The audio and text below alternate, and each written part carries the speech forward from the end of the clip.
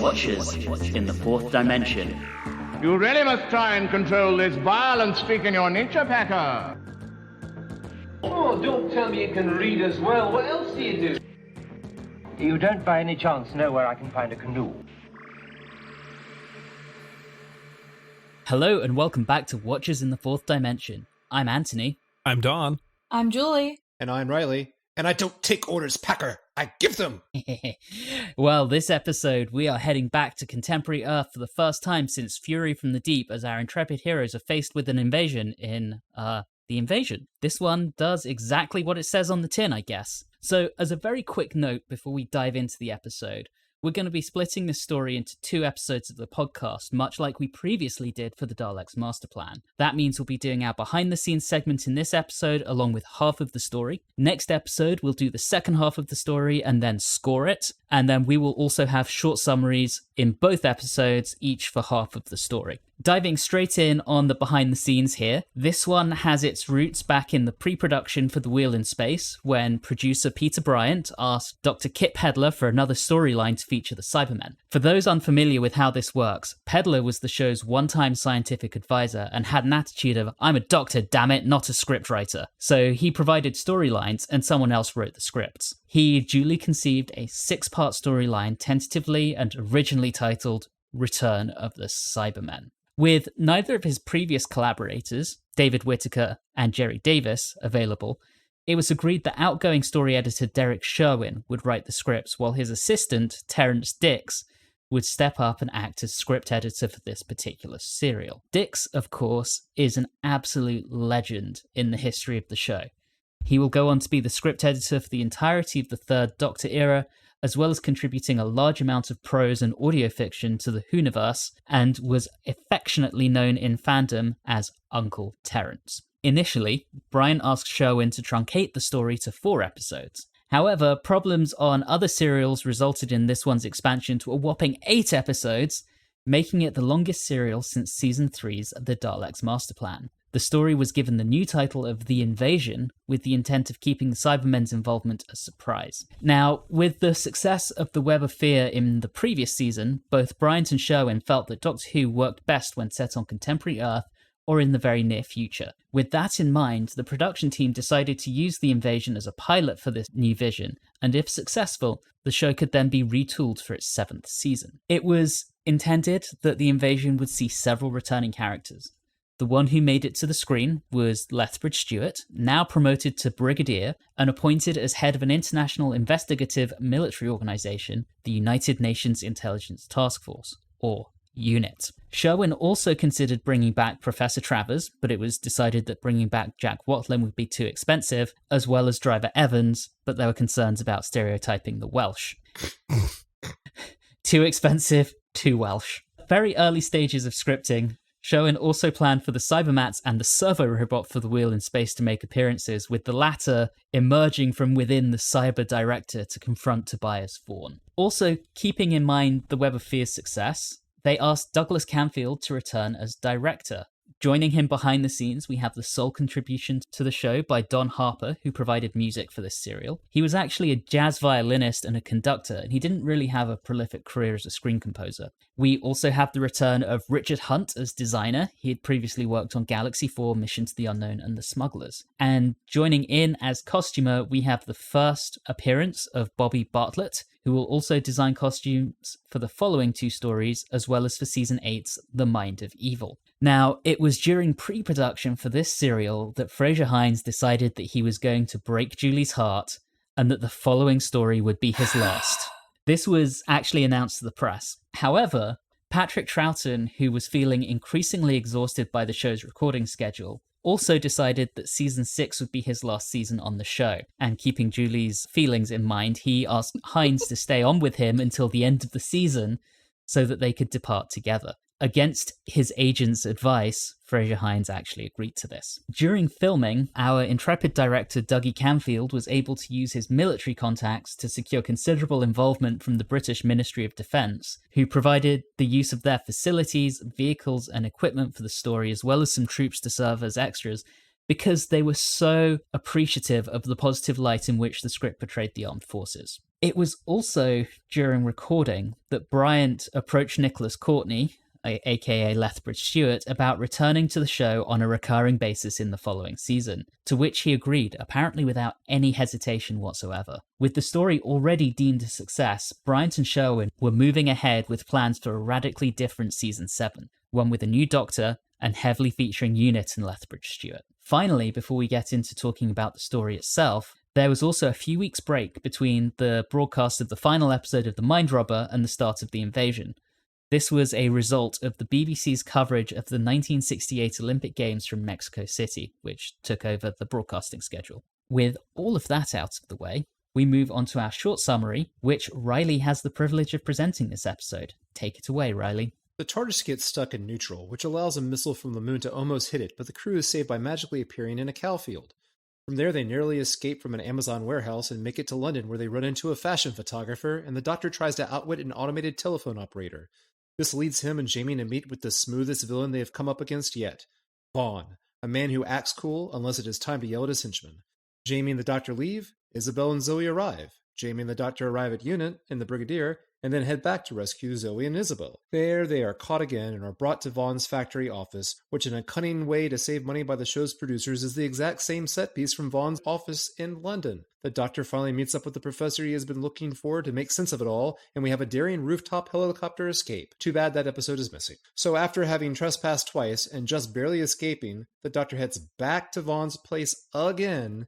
And here, the mystery force behind Vaughn is revealed to be a Cyberman. Again. Yeah. Just like Wheel in Space. I just want to say, my third note, based on just the first episode before anything was spoiled, thanks, Anthony, if this serial isn't about an invasion of evil cows, I'm going to be very disappointed.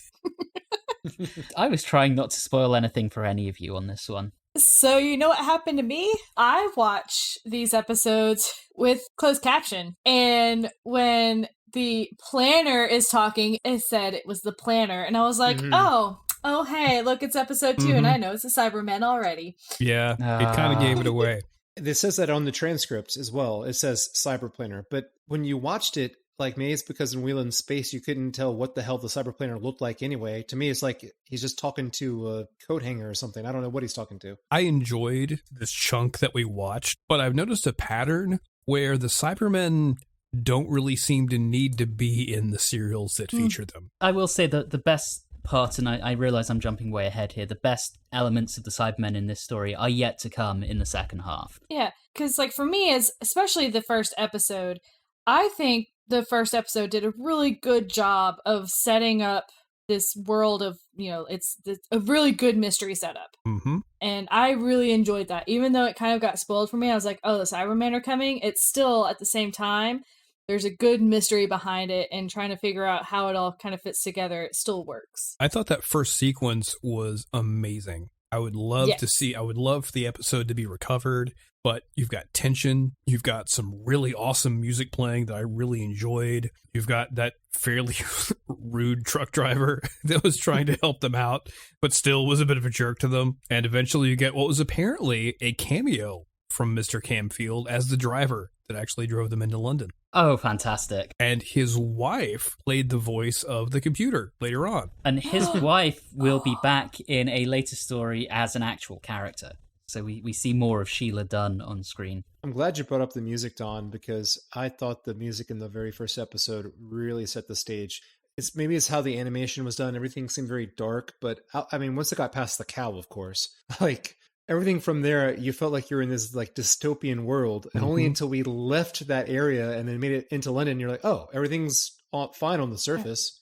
But you didn't feel that because the tension was so good and the music was so good there. It's very, very bassy. It's heavy on percussion. There's a small amount of melody, but it you're right, Reilly. It really sets the tone. It's disjointed. I like to call it disjointed, but it's also somber as well. It's very good. It's not memorable in the sense that you're not going to be sitting there humming it later because there's no true melody, but it's really good for setting that mysterious, like something bad is going on right now. Then I had a comment about the animation. It's 100% better than Fury from the Deep, but I still think the shading is a little weird on their faces. Kind of weirds me out.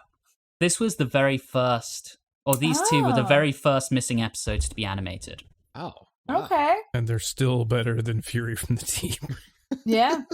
All the way back in 2005. And what happened was the Doctor Who website, before Doctor Who came back, tried to relaunch Doctor Who as a web cartoon with a story called The Scream of the Shalka, which had Richard E. Grant as the Doctor. And then, of course, Russell T Davies brought the show back. They still had budget for a second story, but that was vetoed by the new production team. So they used the budget to do this. Oh, I like that. We didn't get further missing episode animations for about 6 years after this. Well, you know, the animators for this one were kind of upset with themselves for picking it because at the very end of this episode, the Doctor specifically mentions the amount of eye blinking. And I had to imagine they're like, God damn it, we have to go back through this and make sure that everyone but him blinks in a normal amount of time. Honestly, the 2 missing episodes, I'm really familiar with the remaining 6, but when this originally came out on VHS, they just had some linking narration. So I haven't seen the 2 missing episodes as much as I've seen the rest of the story. And I thought this did a brilliant job of setting the scene. I know, Reilly, you already mentioned that, but just giving you that impression of how pervasive international electromatics has become in society. They're in everything. They're in everyone's homes, everyone's pockets. Oh, so like Alexa or Google or Siri. Yeah. Exactly like that. And then there's Vaughn. Reminded me of Mavic Chen for some reason. Magic Mavic Chen. Yes. He's so smooth. He's really like a Bond is. villain. It's because he's got awesome cocktail jazz music playing in his office all the time. And it's wonderful. And it's so funny to me.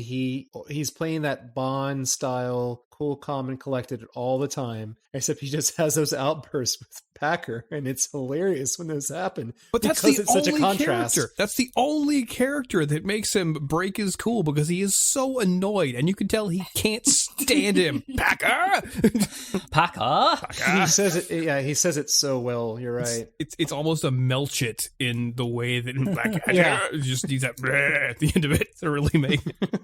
It's astounding to me. It's like, if you have this man who annoys you so much, like, why don't you just get rid of him? You're a powerful enough man to get another lackey who's not this bothersome. Yeah, no one else is quite as nasty as Packer. You know, he's that guy who was like bullied relentlessly as a kid and has now been given a little bit of power and has just turned into a complete sadist. It's impressive. I guess he needs Packer to exposition to later on, like in episode 4, where he explains it. I just really love the setup for this story. It doesn't quite feel like Bond, but it does feel like a spy serial. I would probably draw a closer analogy with something like the Ipcris File, which is a bit more low-key than a Bond movie. But I just really enjoy that. I think it's done really, really well. You look at Vaughn, his HQ appears to be on the top floor of Millbank in London, which is such an iconic piece of brutalist architecture. It's brilliant. We can talk about the Doctor and crew showing up at the Watkins household. Yes. First off, the Doctor's that obnoxious guy who's just like,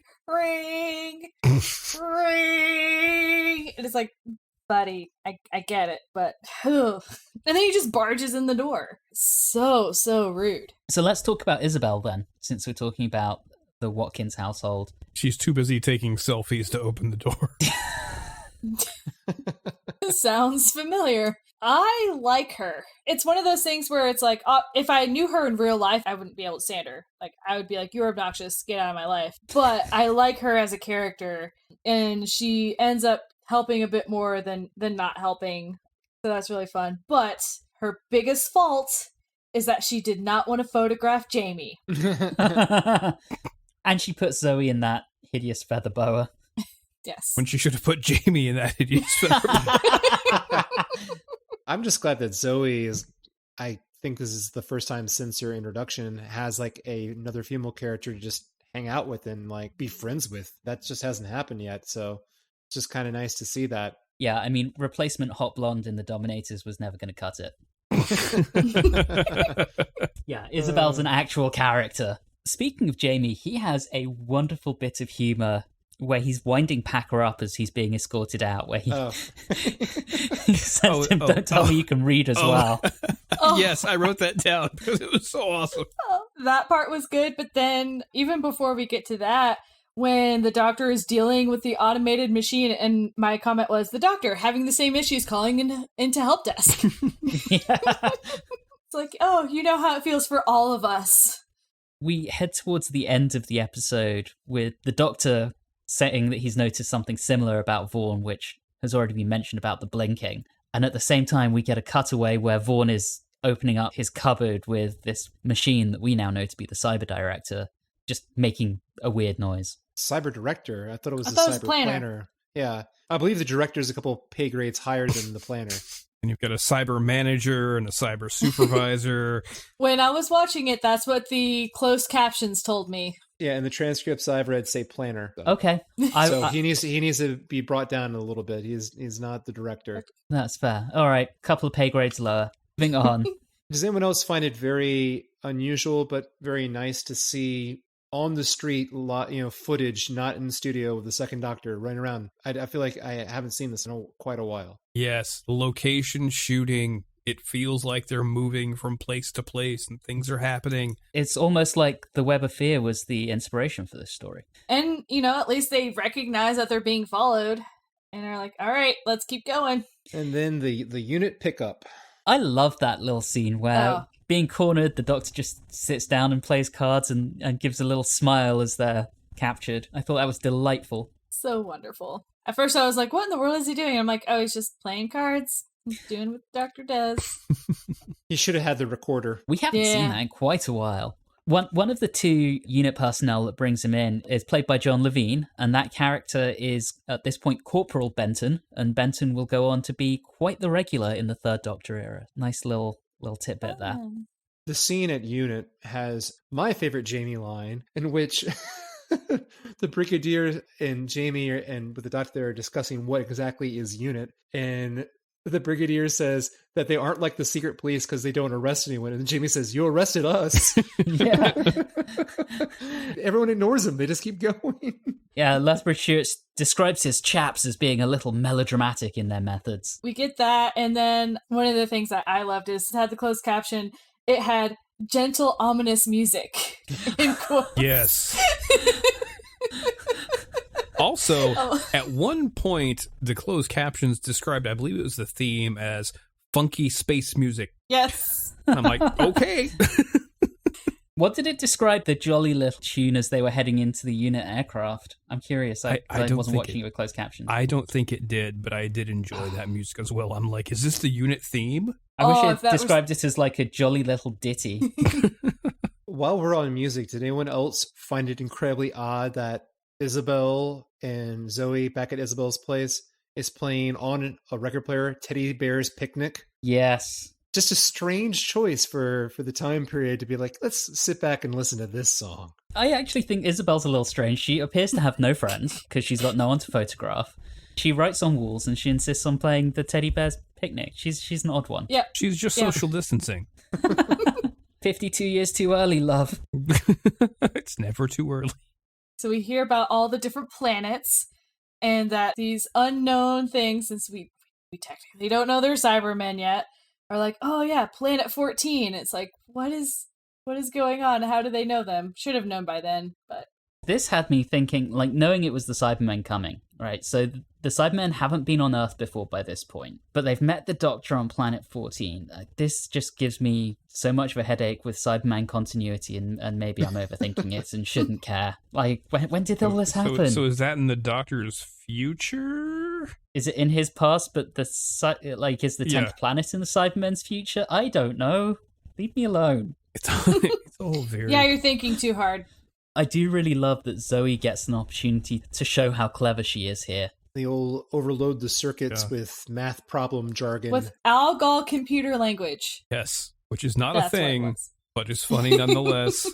One thing I really liked about that scene is how amusing everyone found it when she blew up this piece of equipment. Even Vaughn. Yeah.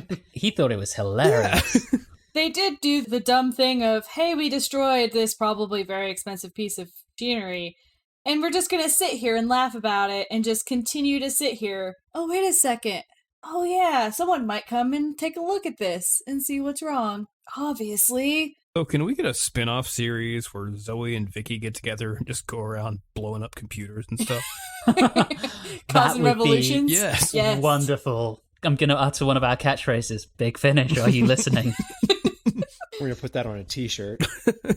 It turns out that UNIT have been looking into Vaughn for a while, including since before he became successful. He's been up to some shady stuff for quite a while, it seems, and he's just been allowed to get away with it. Maybe there's just been no evidence. UNIT are not proactive. They're wait till the very last moment active, apparently.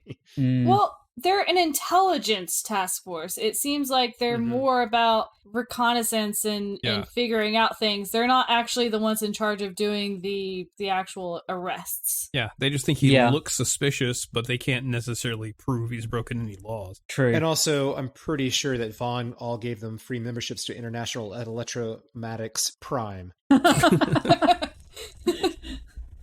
And they gave him the family plan as well. Plus a free little radio like Jamie got. That's coming back. I'm just saying, I haven't watched anything else, but I'm pretty sure that radio is important. Chekhov's radio? Yes. Transistor radio? Chekhov's radio. In this episode, we even have the Doctor pulling it apart and realizing there's a completely redundant circuit in the radio. So we know something's going on with it. As we near the end of this episode, where, well, basically, Zoe and Isabel get captured and Doctor and Jamie are going towards it, Vaughn says a line that just blew my mind, which was, "A sprat to catch our mackerel." Is this a common British phrase? Certainly not by the time I was growing up, but I can't speak to 1968. Can we bring it back? We should start using it, definitely, as a click. Okay. Yeah, you start. Oh, I already have. You start. This, I think, is where Vaughn shows that despite his suaveness, he's utterly ruthless in that he's going to use Isabel to ensure that Professor Watkins is cooperative and hands them over to Packer. What a dick. Packer. Also, the cyber planner, which I'm still going to insist is a director, wants Vaughn to destroy the Doctor, and this is the first time we see Vaughn lose his cool at anyone. It's not at the Doctor, it's not at Zoe, it's not at Gregory, it's not even at Packer, it's at the machine. I kind of love that. He's losing his cool at the emotionless thing. So episode 3? Yeah, we have a little bit of a run around in the warehouse, and yeah, that leads us into episode 3. It's the classic Jamie attack wildly and then ask questions later. Yeah. It'll be absurd. Jamie doesn't ask questions later. So episode 3, we get some running up and down corridors. Doctor Who trope, check. Ding ding. We also get Jamie cheekily getting shotgun Oh in my that car. God, that was so funny. That was brilliant. I loved that so much. I was sitting there, at first I was like, oh, is he going to try to escape? And he's like, oh no, he just wants shotgun. Packer looked so put out. I love it so much. And we need to point out here that happened in the second episode, and then it happened again in the third episode, and it really struck me. In the second episode, Packer calls Vaughn and says, the Doctor and the boy are inside again. And then later on in this episode, the Brigadier refers to Jamie as a boy as well. Ouch. I mean, come on. Yeah. I think he can be qualified as a man, not a boy. How old is he meant to be? I've always assumed he was kind of early 20s. I would say that based on the time period where he came from, if you made it over 18, you're automatically a man. But I don't disagree with you. It's even before 18, honestly. No, he's definitely a man. We all know this. So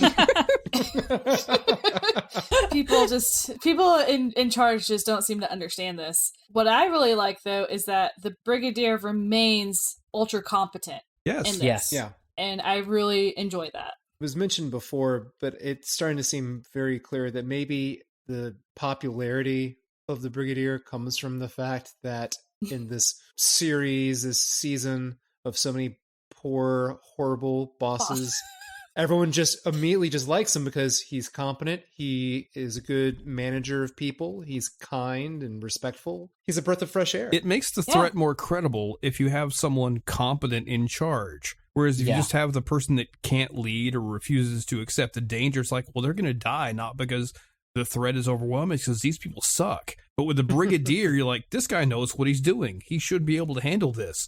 And the fact that he has people who listen to what he says and are competent at their jobs, and they all are just like, okay, we all know we're competent, we're all good at these different things, and we're just gonna let people do that and not micromanage, and it's wonderful. Well, also with the Brigadier, if you think back to the Web of Fear, his popularity also came from that he was very heavily based on a very popular real-life lieutenant colonel who helped put down an insurrection in Aden. And he was a huge media personality at the time because of it. A little bit of a military celebrity. That probably feeds into his popularity. A little bit of history. Thank you for listening to my TED Talk. Well, I know that Reilly brought this up earlier, but I did laugh out loud when they came to Vaughn's second office, and it's the exact same set. I think they changed their backdrop for what it's quote-unquote overlooking, but I laughed so hard because not only did they do that, but they called out why they did it. I'm like, oh, that's brilliant. That's just so smart. Do you think Vaughn gets confused as to which office has a cyberplaner behind the wall? I think they both do. So They might, they do.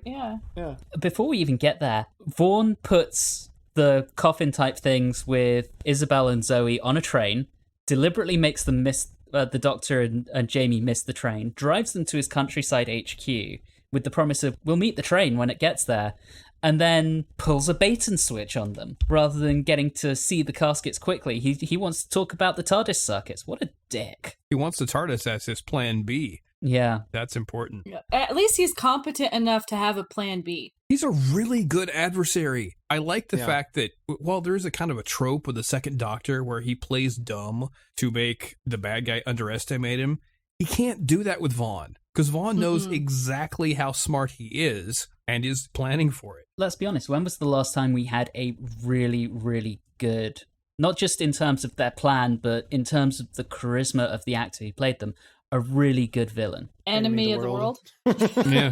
Ooh. That doesn't count because that's Troughton against Troughton. That counts. When did we last have a really good villain who wasn't also played by Patrick Troughton? Don't make me think. All right. Robot Yeti? Professor Zaroff, nothing in the world can stop me now. Yeah, he's brilliant. And then we get finally introduced to Watkins. Yes. Mm-hmm. Yep. I just feel sorry for him. Like, he was probably, honestly, at the wrong place at the wrong time, and then he's been blackmailed. Yeah. Poor guy. No bueno. But he is allowed to talk to the Doctor, but they are spying on it. Right, and then the little magnet trick, which is a clever little thing. But that's where Vaughn lets the sheen slip. He stops playing the nice guy and admits that he has Zoe and says, I'll give you back Zoe if you give me the TARDIS, or I'll give her to Packer, who, Yeah. But you also get that brilliant scene where the Doctor does put the magnet on there and it blocks, and he just goes in there, walks right past him, pulls the magnet off, and just the way he hands it to the Doctor. Doesn't yell at him, doesn't scream, just, well, now, hold me out. Here's what's going to happen. Or how about this? He doesn't have a complete fit trying to figure out how the Doctor was able to destroy the video feed. Nope. He reminds me, even though he doesn't have that awesome voice, he reminds me of James Mason's villain character in North by Northwest. Because they both, outside of course, yelling at Packer, I think their pulse does not get over 40. Yeah. Mm-hmm. I don't remember. It was around this time they're having some sort of conversation, and Jamie had the wonderful line of, "Don't ask me, you're the brains." Yes, I've got that in my notes. I was like, yep, absolutely right. My only line from Jamie I have in my notes is, "You're a clever wee chappy."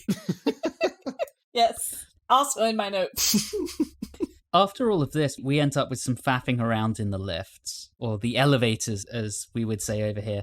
Despite the threats to Zoe, the Doctor still is just like, whatever. And I think he knows that Zoe's the only leverage Vaughn has over him. So Vaughn, despite all of his threats, isn't going to hurt Zoe, because otherwise why would the Doctor give him the TARDIS? There's some brilliant games of strategy being played. There's that, but then really the immediate piece is not against Vaughn, it's against Packer, and it's wonderful to see him.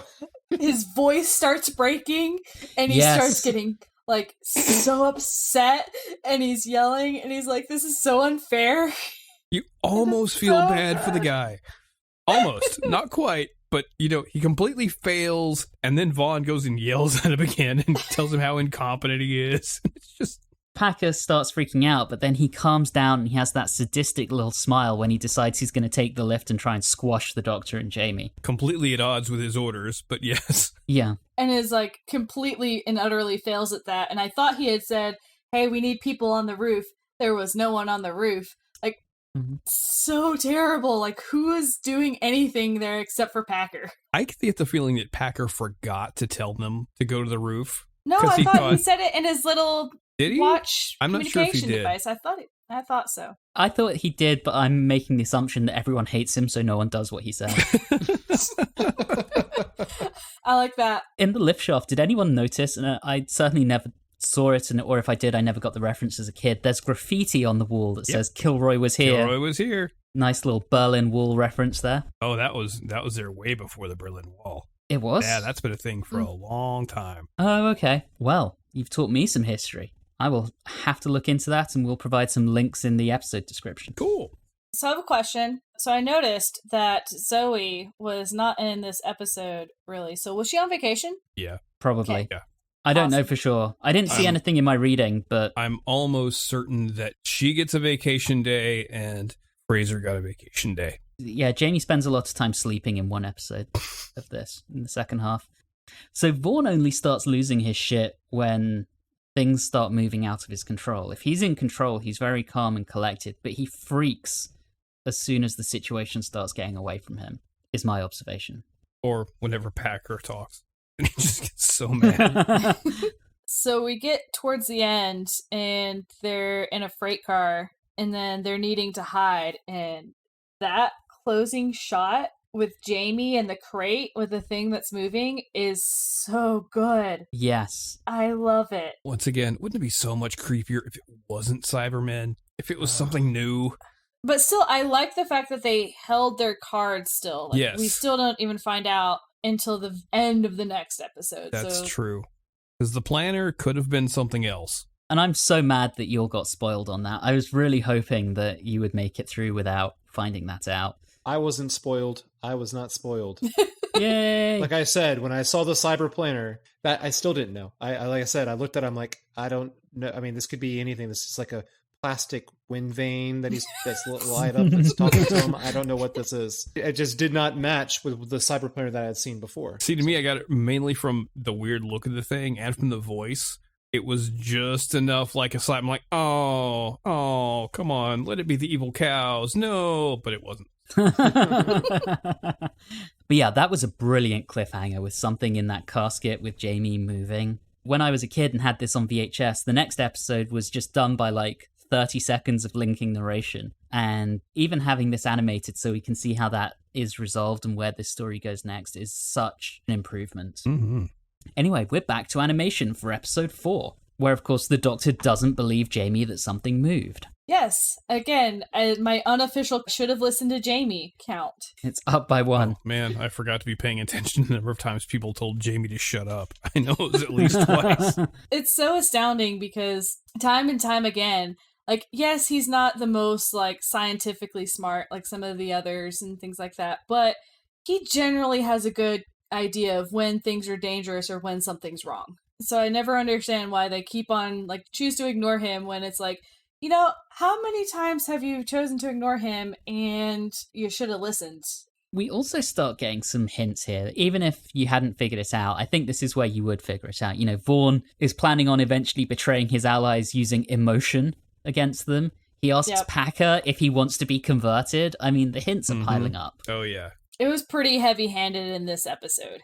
And then we get that wonderful, wonderful action scene as the Doctor and Jamie rescue Zoe and Isabel. And we have basically an all-action rescue with helicopters and firefights between IE's guards and unit. It's really the type of thing that Dougie Camfield was so good at, and it's such a shame we don't get to see it. Those IE troops have a very strong future as stormtroopers. Yes. Yes. And Julie, I feel like you might have something to say about Jamie's hero moment. There's a bunch of things to say about hero moments, but there's also a bunch of things to talk about, hey, let's climb on ladders when someone's wearing a kilt. So. So apparently this was the story where the cameraman kept trying to film up Jamie's guilt. And of course, as we said last time, Fraser Hines was wearing football shorts underneath, so they wouldn't have got anything, but they were doing it just to annoy him more than anything. They also started adding weights to his and I think Isabel's costume, like fishing weights to keep the skirt from being blown around while climbing the thing. Yeah, for climbing that, if they're probably trying to create the atmosphere of the helicopter because they're not going to film with a helicopter down, when they're trying to do the climb. Yeah, it was just like, Jamie to the rescue. Please don't fall. Okay, we're looking up kilts, we're looking up dresses and skirts, and okay, this is all fine. This was probably the story where they blew the entire budget for the season. We've got helicopter sequences and some big action scenes throughout. I feel like this must have been pretty expensive. And it's, of course, the one we don't have. I mean, even with the Ministry of Defense lending them stuff, I doubt they lent them a helicopter. But it was cool. At least from the first 4 episodes, it's clearly the most action-heavy one. So it's the one, really, that you needed the actual episode to be able to appreciate it. It's kind of tough when you just hear a lot of machine gun fire. You can't really get suspense without jumping and climbing and this and this and this. Instead, you just have the animation. And they do an admirable job with it, but it just cannot match what we could have gotten. Yeah. Wasn't this story supposed to show how they could do effective and cheap Earth-based stories, and then it wound up being the most expensive episode ever for the longest time? Something like that, yeah. Oopsie. One thing that I had been worried about up to this point was actually wondering if Unit was truly going to be competent and effective, because I understand that Lethbridge-Stewart is, but it was just one of those things. It's like, all right, I don't want it to become this thing where it's like Unit tried to save them and then it just didn't happen. So I was really excited to see that they were actually competent and got them out of there. You were afraid that Unit was going to be staffed exclusively by Welsh drivers? Which they wanted to bring him back, so yeah. I'm saying nothing. So they escape, and we get Vaughn yelling some more because it's out of his control. He is now yelling all the time. And so, but he gets in contact with the minister, and his first question is the caller male or female? Yeah, there was a bit of a perving action going on there, wasn't it? What? Yeah, I thought that was a bit But then odd. again, did you see how Vaughn looked at the lady that actually answered the phone? Well, I took that as, Vaughn is very, very suave and smooth, and as soon as he saw that it was a woman answering, he knew that he could charm her easily. It was just a very, oh, hello. It was like, okay. I took it as, I can charm you. Okay, this is going to be easy to get put through to Rutledge. I think he had the power to get put through to Rutledge anyway. He was perving. Yeah. Okay. I think it's somewhere in the middle. It almost took me out, that question of who responds with, is it male or female? Like, that's just bizarre. Maybe he's trying to avoid talking to his wife. Headcanon accepted. Well, if that was his secretary, he probably could have asked, is it my wife? He may have also been trying to avoid his mistress, so he's just asking. Yeah. Okay. Also fair. All right. He's got himself into some bizarre love triangle. Big Finish, if you're listening. Yeah, the love life of Major General Rutledge. So he gets connected with the minister, and then we circle back to the doctor in Lethbridge-Stewart, and the doctor's like, do you have a canoe? Oh, Jesus. I love that we get the Doctor and Jamie in a canoe and approaching the International Electromatics premises from another direction. They're sneaking in again.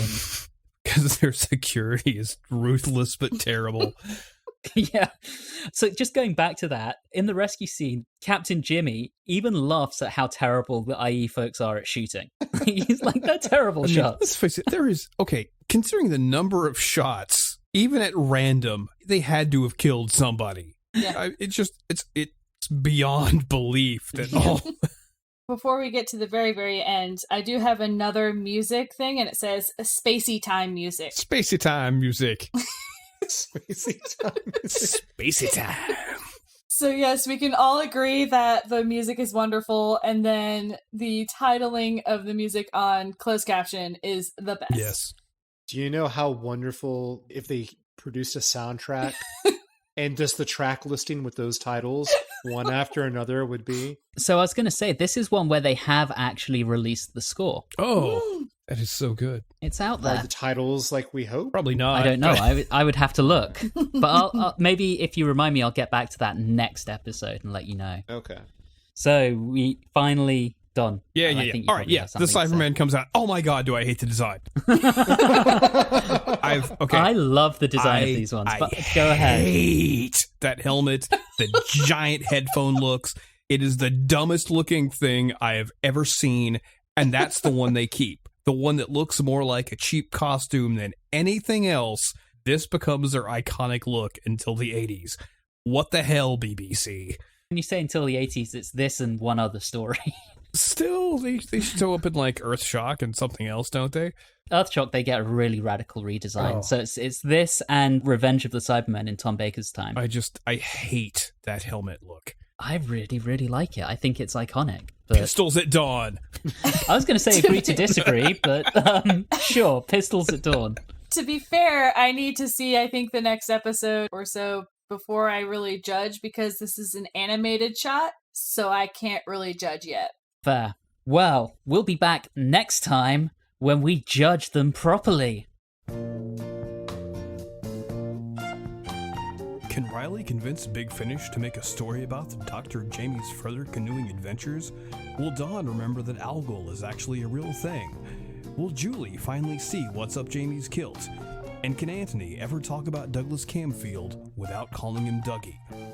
All these questions answered and more on the next episode of Watchers in the Fourth Dimension.